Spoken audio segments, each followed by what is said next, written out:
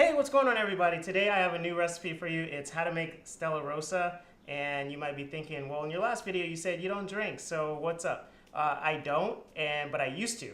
And so back in the day, I would mix wine with apple juice, and because I don't like dry wine, and sometimes that would be the only wine in the house, and so like I would just mix it with apple juice and see what happens, and it turns out that I really liked it. So I want to share this recipe with you, and then you can tell me what you think. One thing, so the point of this recipe is to make a similar tasting wine like Stella Rosa for as cheap as possible. So I picked up this is actually wine that I just had in the house, but I'll show you some links in the description below, or you can just go look for the cheapest wine on sale, because I don't believe in buying expensive wine. For me, it's about taste. So if there's a wine that tastes really good, then I'm gonna drink that versus just paying a lot of money and kind of convincing myself that it tastes good because I spent a lot of money on it. But if you feel that you have to spend a lot of money on wine, then more power to you. But for me, it's all about the taste. And so one thing you might be thinking is the apple juice. What's with apple juice? And so how that kind of started was I mixed apple juice with Beringer wine one day, like the pink Beringer wine, and it was just like, oh man, I mean, it was like liquid candy almost. And so the interesting thing is I found out that Martinelli's apple juice is the only apple juice that cuts well with wine. I've tried all other apple juices, and it just doesn't cut as well. The chemistry is just not there. So I highly suggest Martinelli's for this recipe. And then the 7-Up, of course, is just kind of to get that bubbly taste. And so other than that, it's just pretty much like liquid candy. So when you mix all three, it's really good combination for cheap. And so you can just keep making the wine over and over and over. And so, yeah, pretty much I'm going to kind of give you guys the ratios, and then from there you can play with it. And if you like to add more apple juice, or you like to add more 7-Up or more wine, you can. But you want to add kind of like a significant amount of 7-Up, because it's going to give it that bubbliness. And if you don't add enough, you run the risk of flattening it out. So it's important that you add the 7-Up, and you want to kind of add it at the beginning. So what I end up doing is I will take the 7-Up and just pour it into our glass here.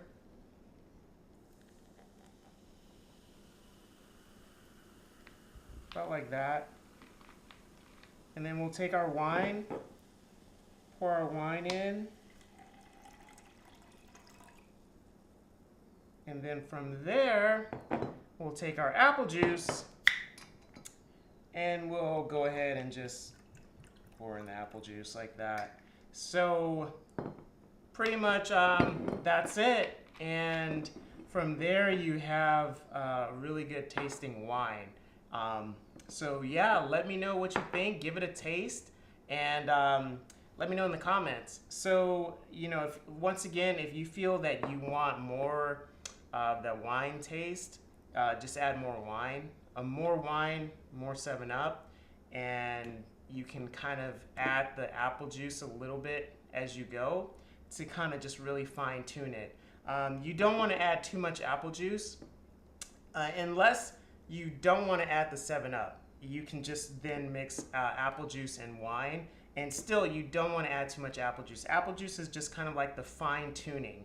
7-Up and the wine are kind of like the main things that's going to kind of really give it that similarity to like a carbonated wine like Stella Rosa. So that's kind of the secret. Yeah, so let me know what you guys think, and I will meet you at the table. I won't be drinking wine, but we'll still have a good conversation. And yeah, so awesome. Let me know. Okay, sounds good.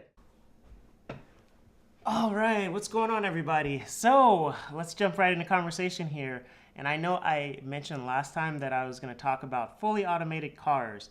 But before I talk about that, I want to jump into one other thing, and that is dating, and more specifically, movies versus music.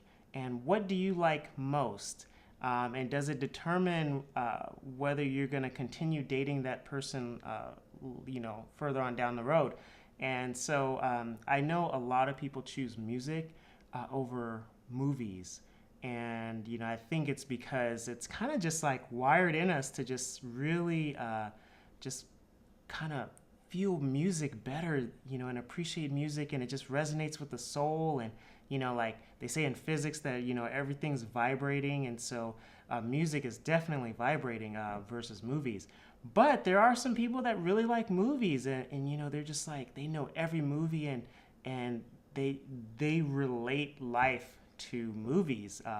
And so if you're wondering what type of person I am or what do I like more, I will say I like movies more over music. And has it kind of determined like some of my dating outcomes? Sure, yeah, it has. And so that's why I want to talk to you guys about it. And is it like a huge deal, or like is it a deal breaker? And so I know music is just, it's huge.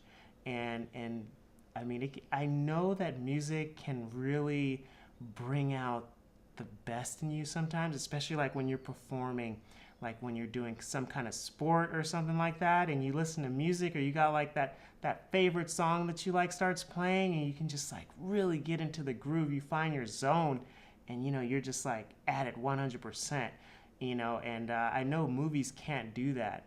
But if you live your life where everything is kind of like related to this scene in a movie or that scene in a movie, sometimes that alone can build up your confidence, or help you to go higher, because you're kind of picturing yourself in that situation, and then that kind of like boosts you.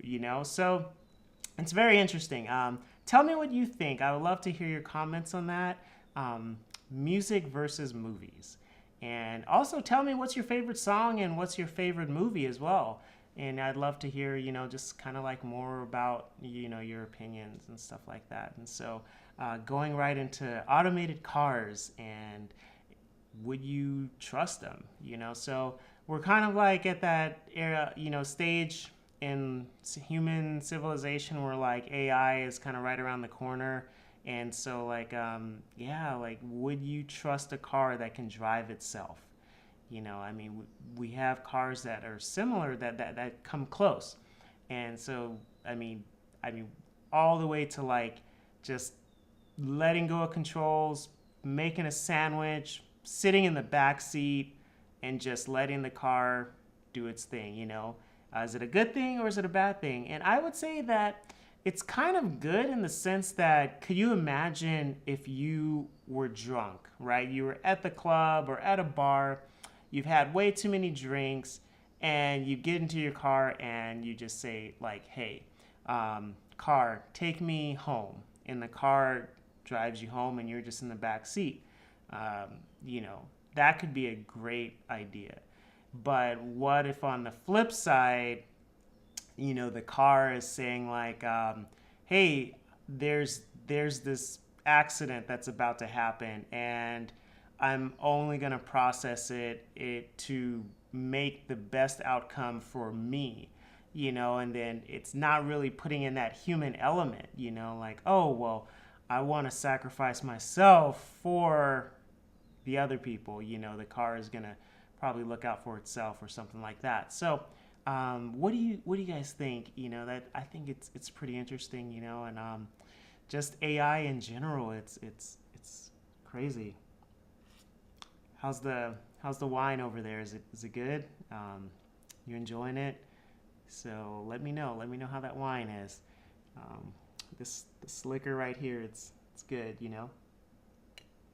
It's like, just like when it hits your lips, it just taste it, just the wood and the smokiness of the liquor. Is that what they say? Is that how they kind of judge liquor? I don't know, but Anyway, so going back into automation and everything like that, yeah, what do you think that's going to do for the job industry? You know, I mean, right now you have like Uber, Lyft, taxis, you know, I mean, once kind of automation really kicks off, are you going to even need a driver anymore? I would assume that what these companies would do, like Lyft, Uber, taxis, they would just buy a fleet of automated cars, and then it would be the same thing. Like you would have an app, you would tell the car to come pick you up, the car would pick you up, you would jump in, and then it would drive you to your destination,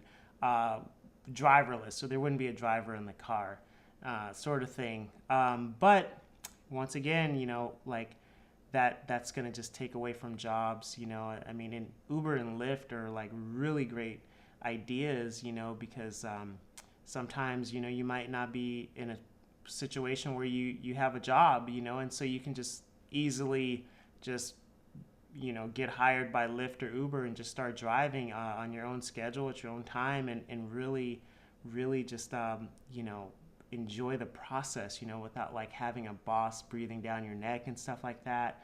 And so, you know, or you can just use it as extra cash. So it's definitely going to be interesting times when that happens, you know, because then there won't be any more need. So it's kind of gonna have to just wait and see how that plays out.